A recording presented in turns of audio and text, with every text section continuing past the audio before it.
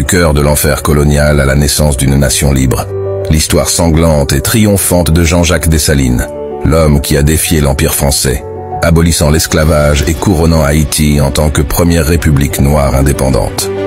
Dessalines était un esclave d'origine africaine qui est devenu l'un des principaux leaders de la révolution haïtienne. Une lutte pour l'indépendance contre la colonie française de Saint-Domingue au début du 19e siècle. La bataille de Vertières s'est déroulée à Vertières dans le nord d'Haïti, en novembre 1803.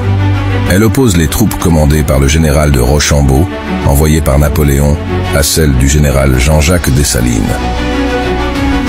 Ce fut la dernière bataille de l'expédition de Saint-Domingue. 23 000 soldats débarquent à Saint-Domingue au début de l'année 1802 sous les ordres du général Charles Leclerc. Leur arrivée provoque un soulèvement des anciens esclaves, sous la conduite de Toussaint Louverture. Les Français lui tendent un piège. Ils le font venir en prétextant vouloir discuter avec lui, puis le capturant de façon déloyale. Déporté et emprisonné en France, il meurt en avril 1803. Son adjoint Jacques Dessalines lui succède. Il se rallie aux Français pour mieux éliminer ses rivaux, avant de se retourner contre eux. Le temps joue pour Dessalines, car les soldats français sont décimés par la fièvre jaune, y compris leur commandant qui meurt en novembre 1802.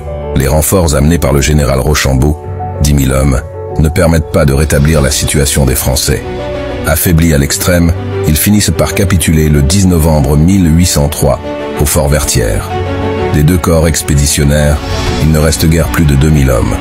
Suite à la victoire des insurgés, les garnisons françaises se rendent l'une après l'autre. En 1804, après la victoire haïtienne sur les forces françaises et la défaite de Napoléon Bonaparte, Dessalines proclame l'indépendance d'Haïti et renomme le pays Haïti, en référence au nom autochtone Taïno pour l'île. Dessalines s'est couronné empereur d'Haïti sous le nom de Jacques Ier.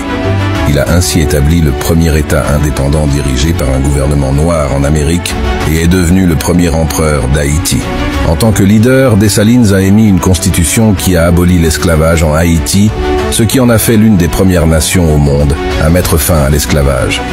La fin du règne de Dessalines fut marquée par la violence et la répression. En 1806, il fut assassiné lors d'un coup d'État.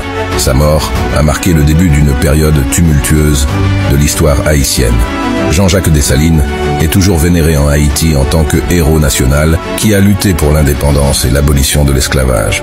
Sa contribution à l'histoire d'Haïti est célébrée chaque année lors de la journée de l'indépendance.